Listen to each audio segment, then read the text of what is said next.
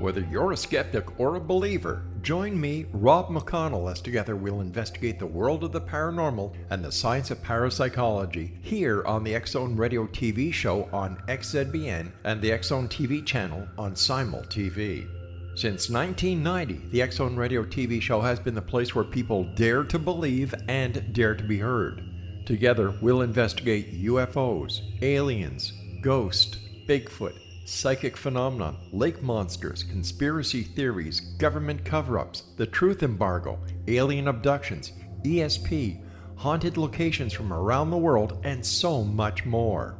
With over 28 years of broadcasting and more than 4,500 individual guests, the X-Zone is truly a place where fact is fiction and fiction is reality, as evidenced by the credibility, integrity, and professionalism of the guests that we bring to our international audience. If you have seen a UFO, had a close encounter, seen a ghost, Bigfoot, lake monster, or a story that you would like to share or have investigated, contact me, Rob McConnell, by sending me your email to xzone@xzoneradiotv.com, or you can call toll-free 1-800-610-7035, extension 143, and on Skype, X-Zone Radio TV.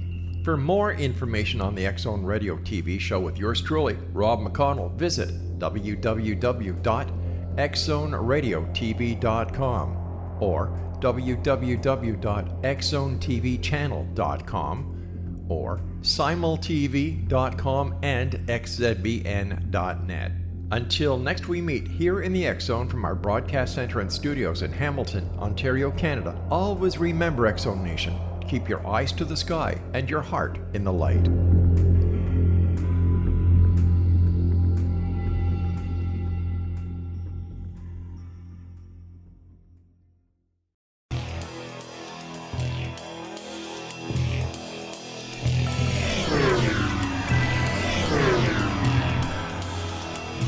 This is A Different Perspective with Kevin Randle. A retired U.S. Lieutenant Colonel, Kevin Randle has been studying UFOs for nearly 50 years. Kevin has investigated some of the most famous UFO cases in the world and has been consulted for dozens of documentaries about UFOs. Considered one of the leading experts into the Roswell UFO crash of 1947, Kevin has written more than 25 books about UFOs, including the recently published Roswell in the 21st Century. Now, here is the host of A Different Perspective, Kevin Randle.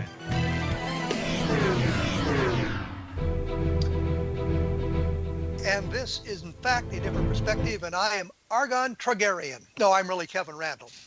I want to do something weird here before I get to Mark O'Connell. As you probably know, if you've been paying attention, I'm a fan of Game of Thrones, and I've thrown a couple of things into the program periodically to hint at that. For example, I often say in the fall, winter is coming, which was the big thing when they started the program. And when they had the Hodor episode on Hold the Door, I worked that into the conversation a couple of times as well. And that really comes from science fiction conventions, because once programming lets out and everybody swarms the elevators, people are always shouting, "Hold the door." And that's where George R.R. Martin actually picked up that phrase, which I thought was interesting. But I bring this up because tomorrow, of course, I think they're going to have a big battle. I wanted to predict who's going to end up on the Iron Throne, because I think I have it figured out, and I wanted this documented before it airs. I believe it's going to be Gendry Baratheon, who was the bastard child of the king Robert Baratheon, who was the last person to, I guess, legitimately sit on the throne. And so we had the episode where Daenerys had announced he was no longer a bastard and gave him the lordship of their ancestral home or something. So I think it's going to be Robert Baratheon's once bastard child going to be the person who sits on the throne. I think Daenerys is going to die in the battle, and Jon is going to abdicate in the favor of Gendry. Anyhow, I just wanted to bring that up because I wanted the prediction there. The other thing I wanted to do is I mentioned last week, Rob McConnell has initiated the International UFO Reporting and Research Center, the UFORRC, which you can find at www.iuforrc.com, and there's a reporting form there if you've had a sighting. And the idea is to gather information for a database that will help us understand more about the UFO phenomenon. And finally, I was alerted to a free book website. You can go on and read books for free, and I found a couple of my books on there, which annoyed me immensely. They had no permission to do it. They were on there illegally, and they end up um, costing the authors money. And if you're into cheating people out of the money they've earned, well, all well and good. But the thing is, there are some legitimate sites like that. And one of them is BookBub, and I subscribe to that. You can buy books anywhere from 99 cents to $1.99, $2.99, and a lot of them are up there free, and it's with the author's permission. This other site didn't have the author's permission, and I just wanted it known that we've got to look at that, because the person who makes the least on the book, the cover price of the book, is probably the writer. And everybody thinks we make gobs of money. We're not all J.K. Rowling and that sort of thing. We earn our living by writing these books. And if you go to the website, you're kind of taking money out of our pockets. So I think you all should be aware of that. I'm sure Mark agrees with me on this, because as a writer, he's probably faced the same thing. So now that I've shot my face off for way too long, and I should announce I'm really not Argon Targaryen, I am really Kevin Randle. I'm going to be joined here by Mark O'Connell, who has written several episodes of Star Trek, The Next Generation, Star Trek Deep Space Nine, and one of which, the Deep Space Nine episode, Who Mourns the Morn, was named by Hugo-winning science fiction writer Charlie Jane Anders as number 72 on the io9.com list of the top 10 Star Trek episodes of all time, which is quite an accomplishment, because there's so many of the episodes out there now. We won't mention that J.J. Abrams has managed to screw up the franchise. That's a whole nother argument. Mark has had several feature film projects in development with Disney, DreamWorks Animation, Launchpad Productions, Barcelona Films, and Al Ruddy Productions. He currently writes a UFO blog, High Strangeness, at www.highstrangenessufo.com, and has made his reality show debut in 2015 on Mysteries of the Monument on the Travel Channel. Mark has written The Close Encounters Man, which is one of the reasons we brought him on, which is about J. Allen Hynek. And this whole program today kind of, I guess, generated when History was doing their Project Blue Book series. And I got interested in it because I wondered how the Hynek family felt about the project. And I knew Mark had a good working relationship with them and had written the book about it, The Close Encounters Man, about J. Allen Hynek, and he would have some interesting comments to make. Mark, after all of that, welcome to the program. Hi, Kevin. That was a great intro. I really appreciate all the kind words. It's great to be here. And you didn't appreciate the Game of Thrones prediction? I appreciate your gutsiness in going out on a limb. I don't know the characters or the storylines well enough to really know. I don't even know who that person is who you said is going to end up on the Throne of Iron. He was the bastard child of Robert Baratheon, who was. And I don't know who that is either. He was the king, King Robert Baratheon. The series opens with him being the king, and he's married to Cersei Lannister, and she engineers his death, and eventually, because that would put her son on the Iron Throne, but her son really isn't a Baratheon child. It's the incestuous offspring with her and her twin brother Jaime, and we're getting way deep into Game of Thrones now. Anyway, I just had the epiphany the other day when I was doing my workout on the treadmill that the least likely twist of the story would be Gendry Baratheon ending up on the Iron Throne, because everybody expects it's going to be Daenerys or it's going to be Jon Snow or one of those people, and I think it's going to be this guy. So I thought I'd take a shot. Well, I think I just want to jump in here and just say, though, I think that's the sign of a really well-made TV show that's really good storytelling, when fans like you and millions of others are making predictions about how the story's going to end, who the winners and losers are going to be. I mean, for a show to create that much of a connection with its fans, I always admire that, because that just means they are doing a lot of things right. Oh, absolutely. But I think in the last couple of episodes, they've done a lot of things wrong, and it's kind of annoying to the fans. And I see a lot of that stuff online about it as well, that people are really annoyed about the direction it takes. The Great Battle of Winterfell, I mean, the military tactics used were absolutely ridiculous. And and I shouldn't do this, but one of the great complaints was that it was anti-immigrant, That episode was anti-immigrant because the Darathi horde was sent in to fight the Walking Dead and were pretty well eliminated. And I think, they're saying that's anti-immigrant. I said, these guys are not immigrants. It's an invading army, for crying out loud. I mean, it is literally an invading army. So this immigrant argument shouldn't be made. But we've digressed way too far. Okay. I'll shut up about Game of Thrones. I have nothing more to add.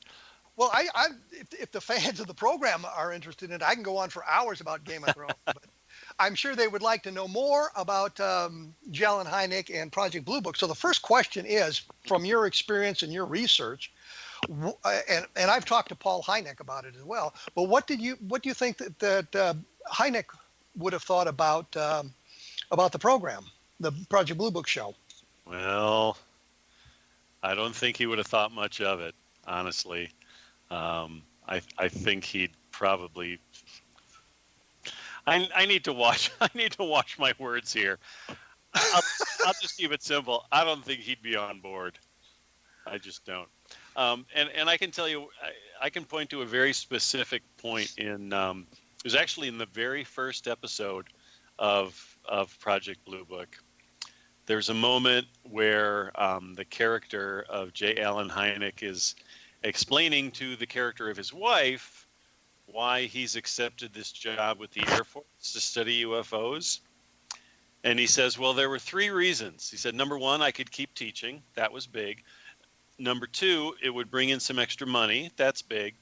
But he said the biggest thing of all, number 3, was, and then he looks real seriously at his wife and he says, I want recognition. This is going to give me the recognition I've always wanted as a scientist. And I just thought, what? That is absolutely antithetical to J. Allen Hynek's character. He did not want recognition.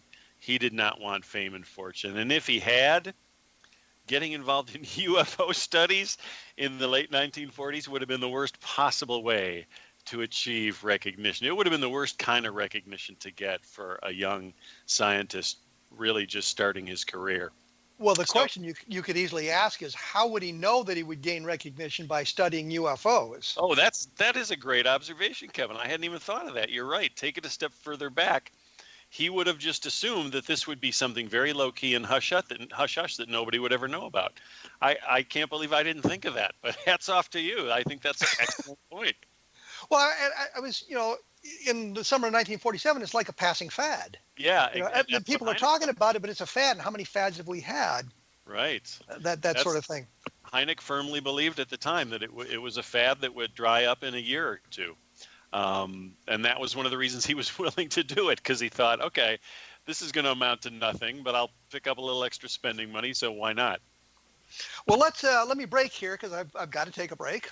Okay. I will be back with Mark O'Connell. I promise we won't talk about Game of Thrones anymore unless I can think of something really fun to say. His book is The Close Encounters Man's, which is the biography of J. Allen Hynek.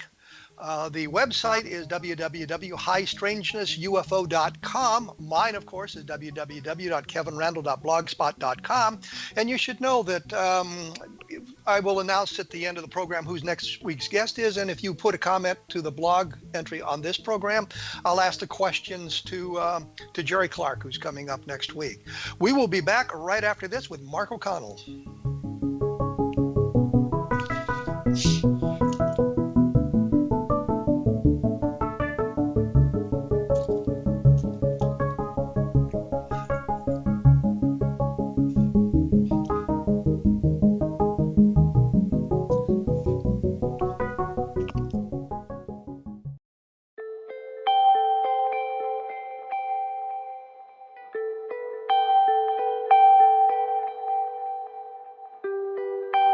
It's hard to listen to the news without realizing we're living in volatile, unprecedented times.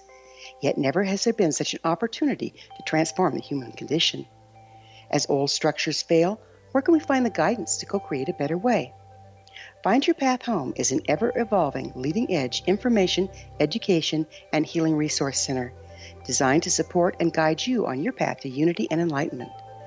Based on sound principles employed by shaman worldwide, we provide techniques that can support you through the current transitions, offering online shamanic classes, international long-distance shamanic healing sessions, complimentary Mission Evolution radio episodes and Stairway to Heaven TV vignettes, seminars, retreats, and much more. All of this can be found on findyourpathhome.com. So I was watching the X Zone TV channel last night when I was abducted by aliens, and they kept repeating to me over and over again, simultv.com, simultv.com. What's simultv.com? That's what I asked them. They had it written on the side of their UFO. How do you spell that? UFO. No, I mean simultv.com. simultv.com. simultv.com. Right. simultv.com. Interesting that you were abducted by aliens in a simultv.com UFO last night. Oh, yeah? Yeah. Now that you mention it, I remember now last night I was awakened from a deep sleep. My great-grandmother was standing there. She said she'd come from the hereafter to tell me about simultv.com. She even spelled it out for me. simultv.com, sonny boy. simultv.com. simultv.com, sonny boy. Wow. Yeah. Guys, you'll never guess what my psychic guru just told me. simultv.com. Exactly. Are you guys psychic too? Of course. We all know about simultv.com. simultv.com.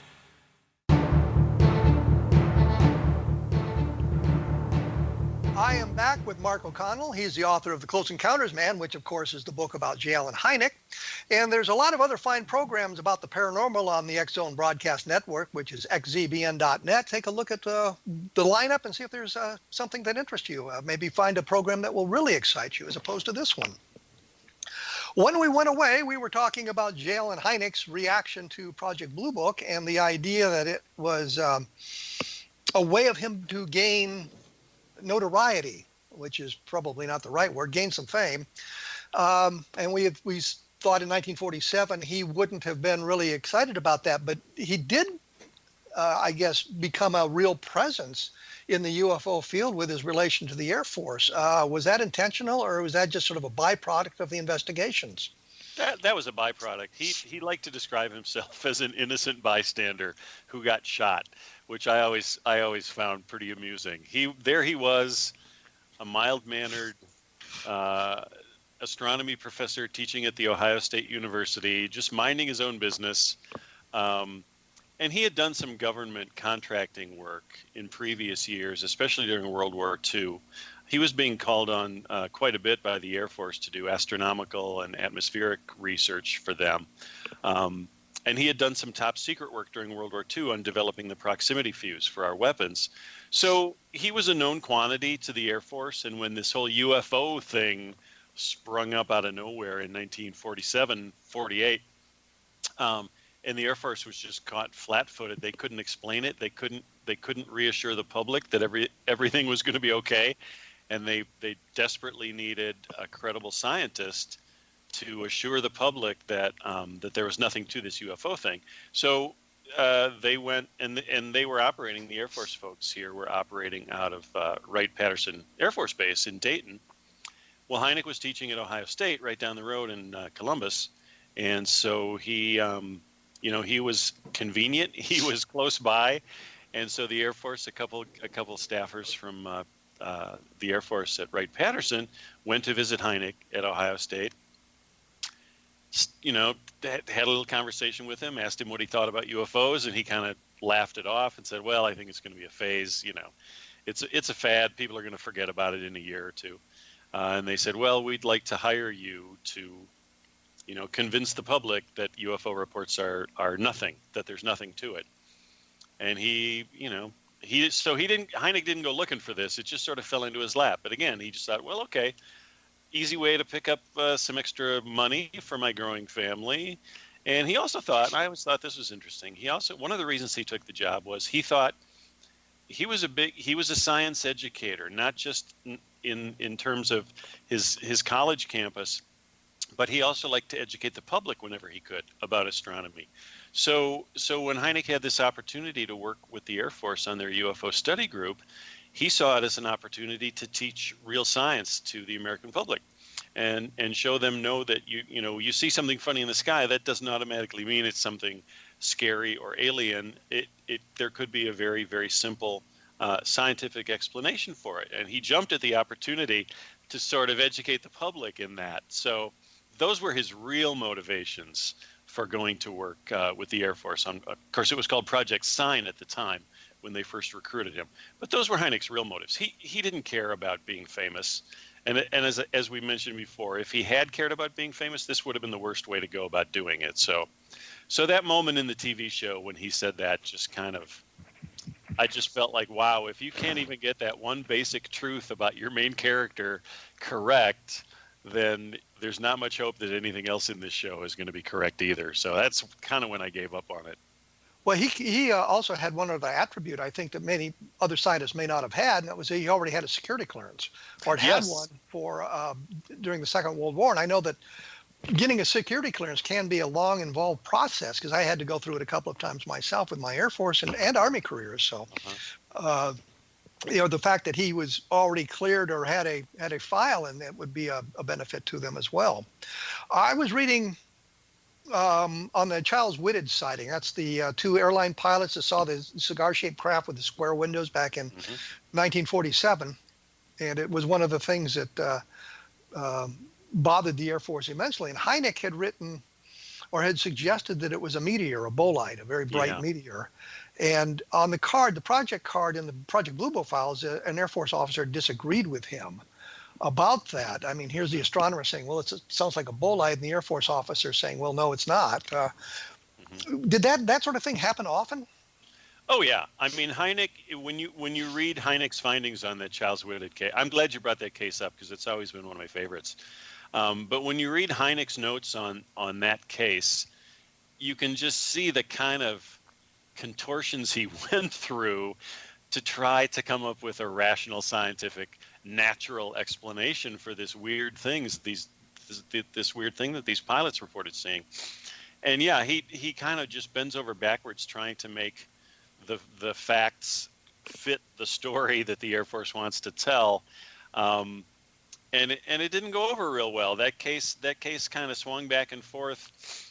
You had the two airline pilots on the Eastern Airline flight. They were both Air Force veterans. They were very credible witnesses. Both of their stories coincided. They matched perfectly. Neither one of them ever changed their story one iota. There was a passenger on the plane that night who also saw it. It was in the middle of the night, so apparently only one passenger was awake and saw this thing zoom by the plane. And that passenger actually turned out to be a friend of Alan Hynek's. So Hynek was able to interview him as well. And then there was an Air Force ground crew guy at an Air Force base near Macon, Georgia, who saw the same thing that same night. And his description of this rocket-powered missile with rows of windows along the side perfectly matched the description given by the two Eastern Airline pilots. So this is like the best kind of UFO case there is, because you've got now 4 different witnesses. They're in different geographic locations, and they're describing essentially seeing the exact same thing. So for Hynek, in later years, this would have been the ideal UFO report. It would have been very, very hard for him to knock it down.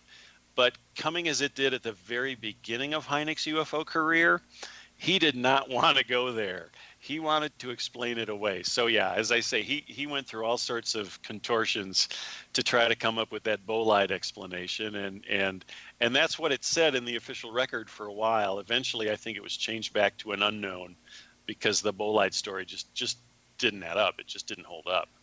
But it does hold up. If you remember the bolide story? Yes, when you remember the Zond 4 reentry in March of 1968, I believe it was. A lot of people knew what it was, that this was something, the returning spacecraft breaking up as it re-entered the atmosphere. But a number of people drew cigar-shaped craft with square windows and a flame out the back, just like Charles Whitted had done. And if you look at, there was a wonderful YouTube video, and I don't know if it's still available, called Meteor Compilation. Mm-hmm. And it's 3 minutes and 19 seconds of people who had managed to videotape meteor falls, and you can see them breaking up and that sort of thing. And so if you get a quick look at something, you get the impression of a lighted cockpit and windows along a fuselage and a flame out the back. And I think that given that and the drawings made, which resemble what Charles Whitted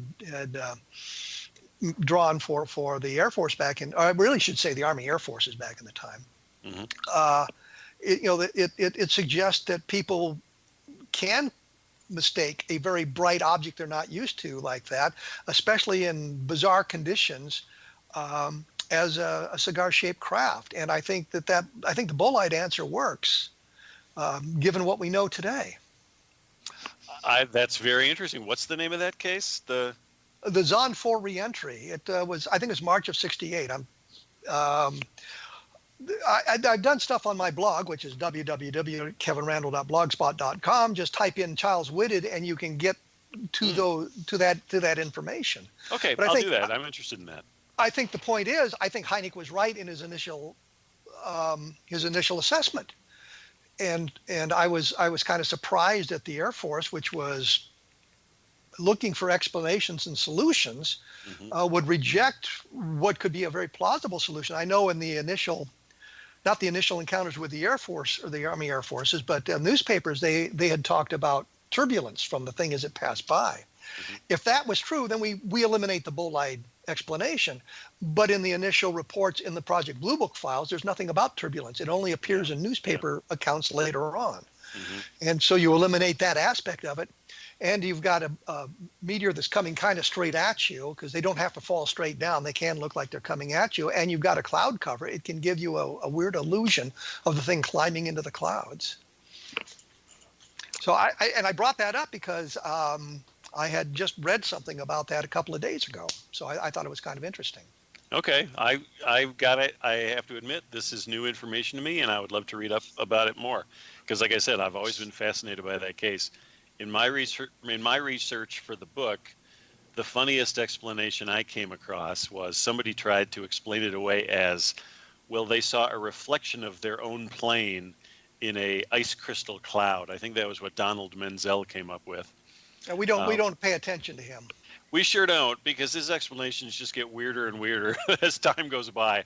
But his attempt at explaining Charles Whitted as sort of the pilot seeing a reflection of their own plane in a cloud is really, really a stretch. Yeah, that and the lights would have been dimmed in the cabin because people were sleeping.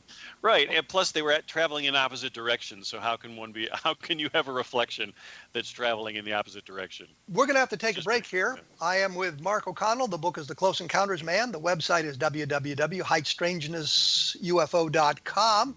Mine, as I've said before, is www.kevinrandle.blogspot.com.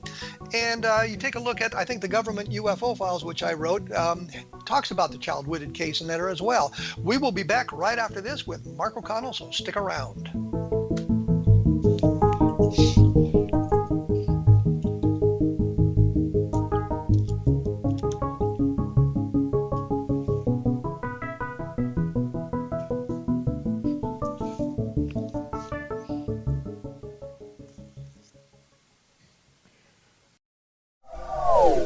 They are here, and they've been here for thousands of years, making their presence known in the shadows. They might be seen by a lonely motorist on a deserted road late at night, or by a frightened and confused husband in the bedroom he is sharing with his wife. But who are they? What do they want? Why are they here? Perhaps most concerning, has the government been aware of their presence all along? The new book by Ellie Marzulli, UFO Disclosure, the 70-year cover-up exposed, delves into the world of UFOs. Can full disclosure be soon?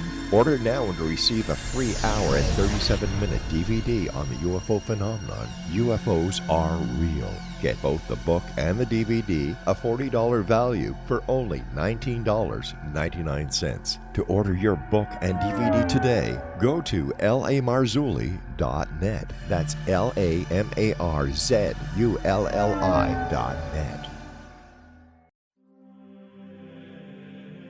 Rob McConnell here, presenting an overview for Nicholas Paul Jennings, author of a fascinating book, Amen. It presents facts revealed by Egyptologists, facts that enable us to understand why Amen is the beginning of creation of God. It provides recommendations for religious leaders of the major religions to unify their beliefs and teach the Word of God. Love one another. Amen informs people how mankind conceived God. It was the Egyptians that developed the concepts of a soul, a hereafter, and Son of God, And finally, after the worship of many gods, they conceived the belief in one universal God, the maker of all there is. For more information, visit www.futureofgodamen.com. That's www.futureofgodamen.com. You have heard of the X Zone? Now watch it on Simul TV, plus 500 video games, live TV channels, free video on demand, worldwide, and more. Does this sound like tomorrow's television? Well, it is, but you can have it today, right now. It is Simul TV. Simul TV offers what the others only wish they could provide. 15 exclusive channels like X Zone, sci-fi, and horror. We are worldwide. No other provider offers that. 500 built-in video games. No need to have an extra expensive system. We have them included. Free video on demand. Live streaming events from around the world. Interactive online network, and much more. Tomorrow's TV today. Simul TV. Sound too good to be true? Well, it's not. You can have Simul TV today. Sign up at simultv.com. Do it today.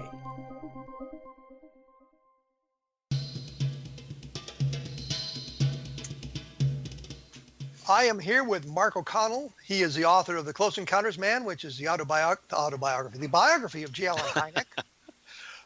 J. Allen Hynek. I think we've exhausted Charles Whitted.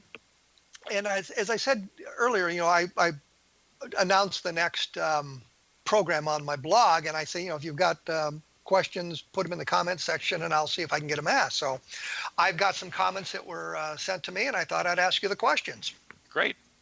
First, they wanted to know, did Allen Hynek compile a list of those cases, say 10 or so, that he felt were truly unexplainable? I don't know if that would have been, say, a physical paper list that he would have kept anywhere, but certainly in his head, he did have. He was always, his head was just so filled with case details and case reports that, yeah, I would say he always had a list of the most interesting, the most compelling, and from what I have heard from some of Hynek's closest colleagues and compatriots, number one on that list was always the Lonnie Zamora Socorro, New Mexico sighting in the mid-'60s.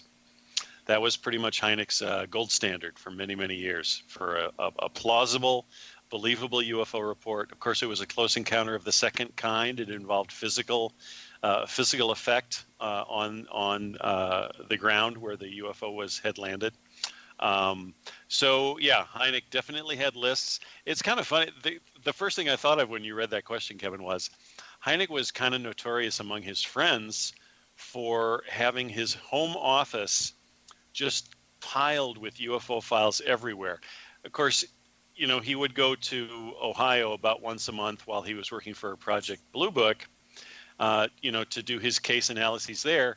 Very often some of those files would come home with him, or copies of those files would come home with him to Chicago, and they would end up in his home office, and they were just piled up all over the place. And his friends, people like Jerry Clark and Jacques Vallée, they would wait until they knew that Dr. Hynek and his wife were going to be out of town, and they would sneak into the house, and they would organize and alphabetize as many of the files as they could before Allen came home. From what I learned, it was pretty much a hopeless task. They never got ahead of him, but they kept trying. Well, two comments spring to mind. First of all, is the cases he brought home probably were not classified. Right. I can't believe he would bring home classified material because that would be a crime. I'm not accusing him of committing any crimes. And talking to Carmen Morano, who had been technically the last officer in charge of Project Blue Book after Quintanilla had left, he said a lot of the later cases weren't classified at all, and you can go through the files and see that they're not classified. Well, go ahead. Yeah, I was going to say, the other thing is I looked at the Lonnie Zamora case in depth and did a book, Encounter in the Desert, that came out just a couple of years ago, and I could see that Hynek was very fascinated by that case. Mm-hmm. The thing that I do not understand is in the days that followed, there was discussion of other witnesses, mm-hmm. not necessarily Opal Grinder and the car from Colorado that nobody could find. But there were people who had called the sheriff's department or the police department and said they had heard this thing. And they called prior to Lonnie Zamora seeing or hearing anything and reporting it back. So that wasn't generated by the publicity. They had called in prior to that, before there was any publicity, J. Allen Hynek, the NICAP guy, Ray Sanford, the Air Force people. Nobody tried to find those witnesses. I find that just absolutely astonishing. I get where you're coming from, and I guess if I had to make an excuse for Allen Hynek for not following that up on that case better, it would be that by 1965, when this was all occurring, there was so much rancor and ill will between Hynek and Hector Quintanilla that Hynek was constantly kneecapped and hamstrung when he was trying to investigate these important cases.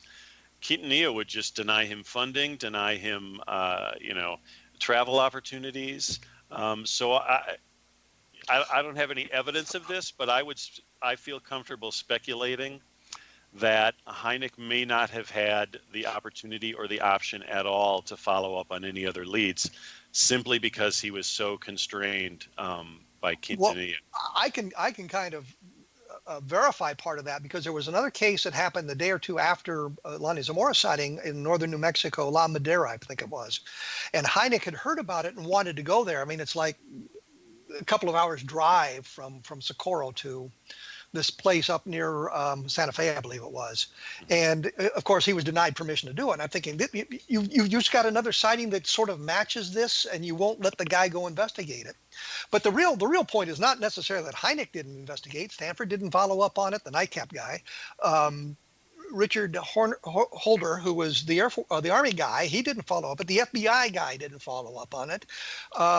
Moody was there as well, Sergeant Moody. He didn't follow up on it. Nobody followed up on this part of the case. So I'm not pointing a finger at Hynek for not doing it. I'm just suggesting here was an opportunity to make the case even better than he thought it was, and it was just another lost opportunity. And I look through the files and I see all kinds of lost opportunities like that. Oh yeah, that's kind of, you can almost define Hynek's UFO career as one lost opportunity after another. I'm not surprised that Moody didn't follow up on anything. I mean, Moody was basically there to just knock down anything Hynek came up with, as far as I can understand their relationship. So that's not a huge surprise at all. But Hynek's take on Lonnie Zamora just always fascinated me, because he really zeroed in on the fact that Lonnie Zamora did not have an imagination. Okay. He didn't mean that in a bad way at all. He was just stating a fact. Officer Zamora is not a fantasist. He does not imagine things. He doesn't read poetry. Hynek actually said this in one of his reports. He's like, Zamora does not read poetry. He doesn't hang out with wild women. He just gives out speeding tickets. And drinks an occasional beer, which is no big deal. Right. So so that case is pretty fascinating. One of the details of the Zamora case that always jumps out at me is one of the theories that was floated at the time was that this may have been a prototype NASA lunar lander that had launched from Holloman Air Force Base, or one of the other government research sites in the area. And that does sound kind of plausible until you remember, the lunar lander for the Apollo missions left behind half of its structure when it departed, and the ship that Lonnie Zamora saw did not leave anything behind except for scorched bush and landing pad imprints. So I always thought that was interesting that people went for that theory when it was seems pretty clear to me that couldn't possibly have been it. Well, to point a finger at the debunkers, they'll throw a lot of mud at the wall and see what sticks. And if they got if they got what they think is a plausible explanation, they'll run with it. Yeah. Run it into the ground. And I know Philip Glass had said, well, there was this guy that lived a quarter of a mile away, or maybe not that far, and he was there with his windows open, or he was out working in his garden or something, and he didn't hear anything, and he didn't see anything, and he went up there a few hours after this happened, and he didn't see anything there. And I'm thinking, from the point that Lonnie Zamora got there till way after dark, there were people on that site. Yeah, a lot of people. And I think the guy's statements to class just don't make any sense. Weren't there some? I'm trying to remember this now. Weren't some of those unknown witnesses? Didn't somebody track them down to a family in Iowa, or a couple? No. There were two guys from Iowa who claimed they they had been driving through town at the time, and they saw the same craft. But you go back and you look at the information that was printed in the newspaper, and it was clear that they didn't see anything because they mentioned the melted pop bottle. And that's key, because that's from the La Madera case in northern New Mexico. Okay. And I give no credibility to those guys. A fellow here in Iowa, Ralph DeGraw, had interviewed them several years after the fact. Their stories didn't match. It changed. They were talking about a craft with windows on it and all kinds of stuff. So it was clear that story was bogus. But and I discuss it at length in Encounters in the Desert, which is nice that you brought it up, because now I could plug my book that way. You're very welcome. I'm always looking for that. Let's any other cases that really struck struck Alan as exciting or great or top 10? Well, the Lawrence Coyne, the helicopter case, and of course Alan wasn't. He was busy with running CUFOS and teaching at Northwestern at the time, so he did not directly investigate that case, but his sidekick Jenny Zeidman did. And that case was, again, talk about gold standards. That the Coyne copter case was a really important event, and it took place just a week or so after the Pascagoula abduction. So it was part of this huge 1-2 punch of these two really spectacular UFO cases that made huge national headlines in October 1973. And the Coyne case is Hynek was really fascinated by it because, again, like with the Childs Whitted case, in the Coyne case, you had a crew of 4 Army helicopter crew flying home over Ohio at night. They had just had their annual physicals. Let me break in here, because I'm running out of time. I got to take a break here. Okay. We will come back and talk about the Coyne helicopter case briefly, and I have a couple of other questions if we can get to them. Great. The book is The Close Encounters Man. It's the biography of J. Allen Hynek by Mark O'Connell. And the website is highstrangeustufo.com. Mine, of course, is www.kevinrandle.blogspot.com. And since he brought it up, the book that talks about Zamora at length is Encounter in the Desert, which you can get on Amazon. If you want it on your Kindle, you can have it immediately, if not sooner, on there. We will be back with Mark O'Connell right after this. I am getting a little long-winded with these case descriptions.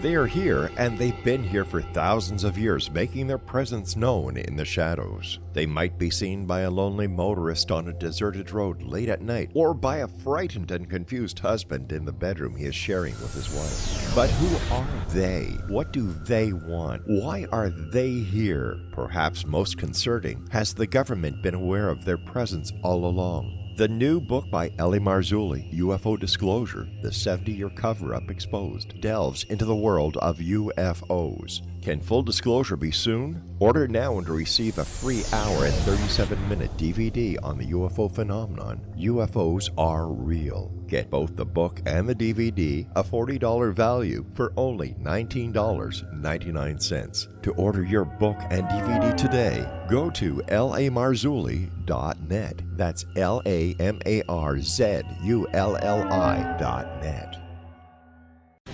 Christopher Fulton is a survivor of the national security state. All he wanted to do was preserve history when he acquired a Cartier watch from the estate of President Kennedy's personal secretary. But that simple act set off a terrible chain reaction. He was pursued by the U.S. Justice Department and the FBI, thrust into the middle of the U.S. government's Assassination Records Review Board, even monitored and pursued by the Russian government. All because that Cartier watch was the missing link of evidence, a timepiece worn by JFK that fateful day in Dallas, a link resulting in Christopher being incarcerated and attacked for 9 years because he opened a hidden chapter in history. The intriguing journey outlined fully in Christopher Fulton's memoir, The Inheritance, is available now through TrineDay.com or Amazon.com. The Inheritance, Poisoned Fruit of JFK's Assassination by Christopher and Michelle Fulton is a must-read, an incredible tale of how easily our own government can overrule justice. The Inheritance, Poisoned Fruit of JFK's Assassination.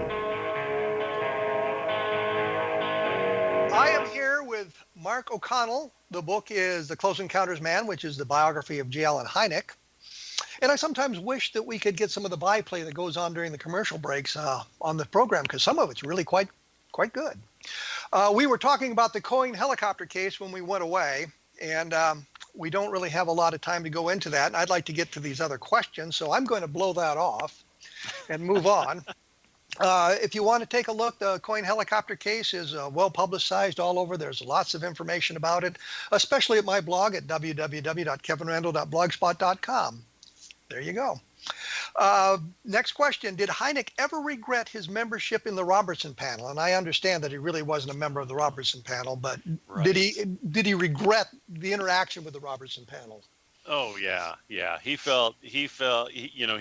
was brought in as, he was brought in as a witness, basically. You're right. He was not part of the panel. He was not really part of the discussion at all. He was brought in to offer his opinions on this, that, or the other thing, and felt that he had generally been condescended to, ignored, talked down to, and basically felt that nobody on the panel really was interested in what he had to say. He was, I think it's safe to say, he was pretty bitter about the whole experience. His contribution, you say, was just completely ignored. Yeah, it was just brushed off. He was particularly horrified by their handling of the Tremonton, Utah movie footage. They projected the movie on a wall instead of on a theater screen, and everybody just dismissed it all as, oh, obviously those are birds. Nobody would listen to any other theory. Hynek just thought it was a big waste of time. Well, you've got to kind of point one of the fingers at the Blue Book guys, because they didn't bother to get a description of the objects from the witnesses. Robert Newhouse, and his family, who'd seen the things much closer. And it wasn't until 2 years later that Ruppelt, talking to Newhouse, got an actual description where he said he saw the things close up and it looked like two saucers joined together, as opposed to the lights in the distance. Well, let's blame everything on Project Blue Book, because we can. There's interesting stuff in there, but you kind of have to read between the lines to get to it. You sure do. I mean, ultimately, Project Blue Book was a colossal failure, but you're right. There is gold in there, if you know where. And that's what people always want to know. Well, why did Hynek continue with Project Blue Book when he had such an antagonistic relationship with the Air Force all those years? Well, it was precisely because there was so much gold in those UFO case files, in the Project Blue Book files, and Hynek didn't want to lose access to them. So he put up with working with people like Hector Quintanilla, and he just, he bit his tongue, and he was a good soldier, just so he could continue to research, their huge collection of files. Well, if you've looked at Hector Quintanilla's book, it's clear from one of the chapters in there, he disliked Hynek a great deal. Extremely, yes. They just didn't get along, and that's not the best working relationship. No, it was horrible. It was quite horrible. The last question I've got for you is, who did Hynek feel were the best witnesses? Law enforcement officers, military personnel, air traffic controllers, pilots, aircrew? Who would be at the top? Who did he really think were the best witnesses for this? I would say everybody on that list would be tied at the top, but there's one little twist to that story, though, which has always puzzled me and fascinated me, and that has to do with the Michigan swamp gas case of 1966, because if you recall, a lot of one of the distinctions of that case is that there were over 100 witnesses to these lights that were appearing in southern Michigan over the course of several nights. Over 100 witnesses. And many of those witnesses were law enforcement officers. And they all gave Hynek descriptions of what they had seen in the swamps where these sightings took place. And well, let me break in, because I just looked at that case, and a lot of law enforcement officers weren't seeing the lights in the swamp. They were way away from those swampy areas. So it's not just the swampy areas. It was all around the Ann Arbor, Michigan area that the law enforcement officers and others were seeing the lights. Yeah, that's true. But when Hynek interviewed the law enforcement officers, they were strictly speaking about the lights in the swamp behind the Frank Manor farm. But what I found curious about it, though, was where Hynek would usually put a lot of credence to those to that testimony. In this case, he dismissed it all. He decided, I cannot consider the testimony of the law enforcement officers, because he said they simply weren't good enough observers. They were not able to really give me any good information as to the trajectory and speed and maneuverability of the objects they were trying to describe. And so Hynek said, their information was less than useless. So there's this one time when Hynek just said, you know what, police officers, no, I'm not going to listen to them. I don't think I can trust their testimony. That has always puzzled me. Could it possibly have been the Air Force response because there was a press conference called and they wanted the swamp gas answer pushed forward? Right. And Hynek was following that. He also complained, I think, that he didn't have an opportunity to really sit down with the police officers, because every time he sat down with one of them, the press would show up and stick microphones in everybody's face. Yeah, that was happening a lot, but he was able to talk to some of the police officers. I think it was Deputy Fitzpatrick. Hynek actually, a couple days after the sighting, Hynek actually spent some time walking through the swamp with Deputy Fitzpatrick. And Fitzpatrick was pointing out to Hynek, okay, here's where I was standing when I first saw the light.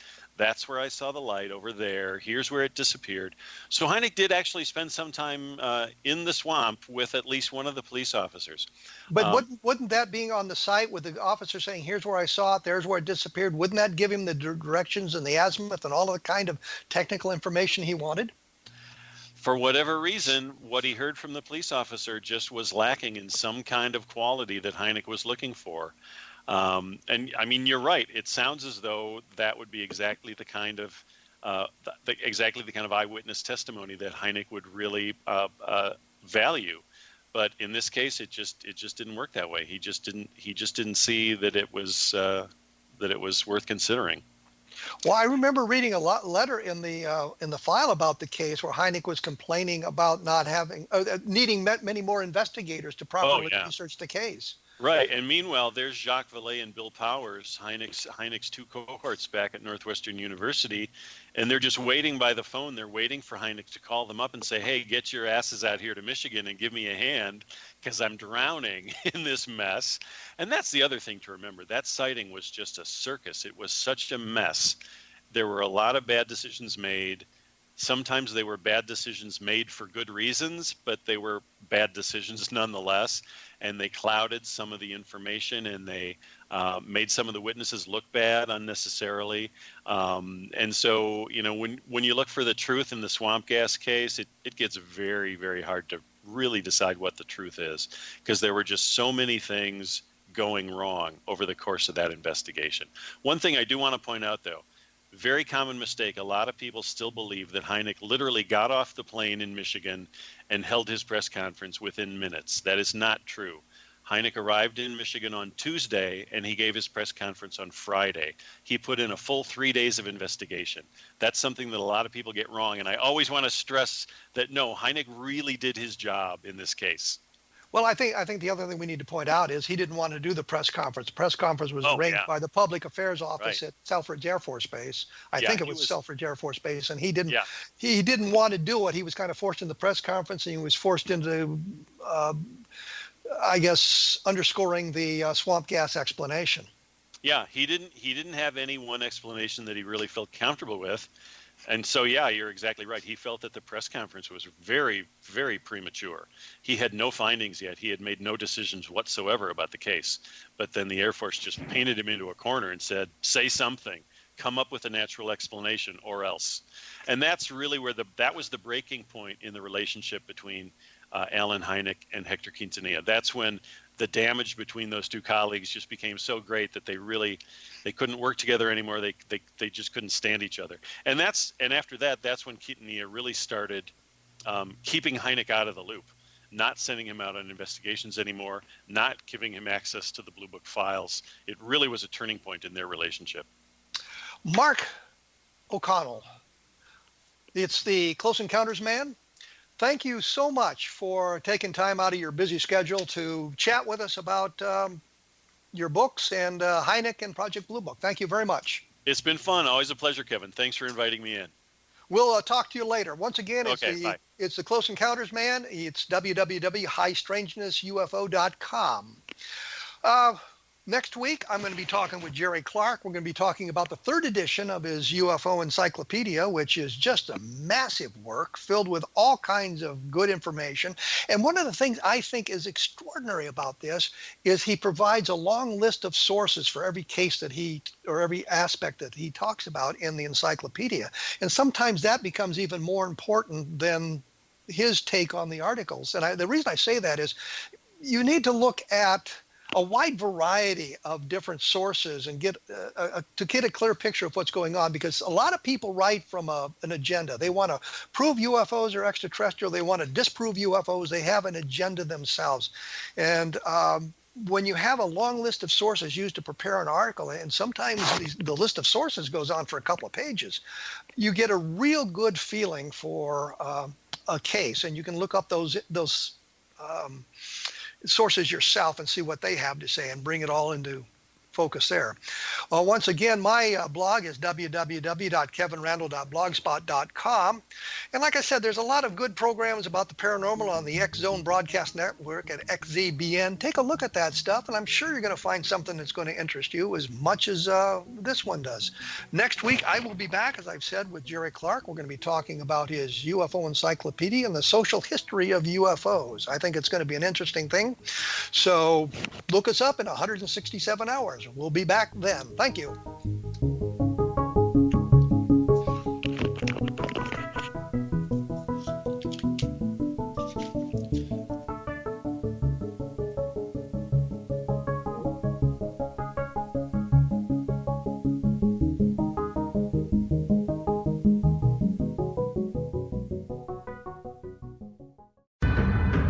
If you are looking for a safe, zero-calorie natural option to the harmful artificial sweeteners on the market today, Just Like Sugar is what you're looking for. Just Like Sugar is a wonderful natural alternative for those health-conscious people who choose a calorie-restricted diet with a great, pure, sweet flavor that tastes just like sugar. Just Like Sugar is a great natural option for people suffering from diabetes and may be useful in restricted diet programs where standard sugars are not allowed and does not cause a laxative effect of some other sweeteners.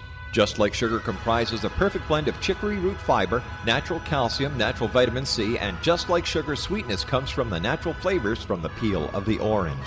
Just Like Sugar is a natural alternative to harmful artificial sweeteners and will change the way that you believe all natural sweetener products taste. Just Like Sugar is available at your local Whole Foods markets, Wild Oats markets, Henry's, Sun Harvest, and many other fine natural food stores in the U.S., Canada, and worldwide. They are here, and they've been here for thousands of years, making their presence known in the shadows. They might be seen by a lonely motorist on a deserted road late at night, or by a frightened and confused husband in the bedroom he is sharing with his wife. But who are they? What do they want? Why are they here? Perhaps most concerning, has the government been aware of their presence all along?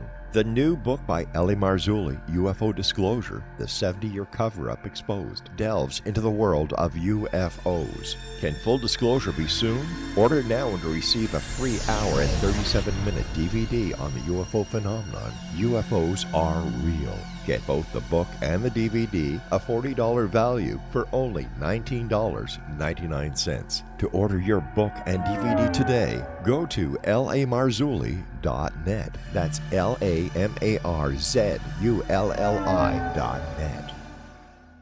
You have heard of the X Zone? Now watch it on Simul TV, plus 500 video games, live TV channels, free video on demand, worldwide, and more. Does this sound like tomorrow's television? Well, it is, but you can have it today, right now.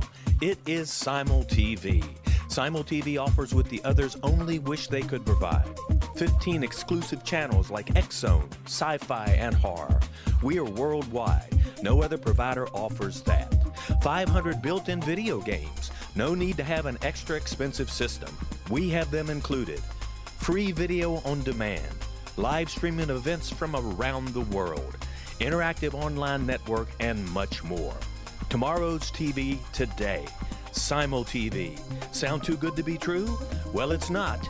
You can have Simul TV today. Sign up at simultv.com. Do it today.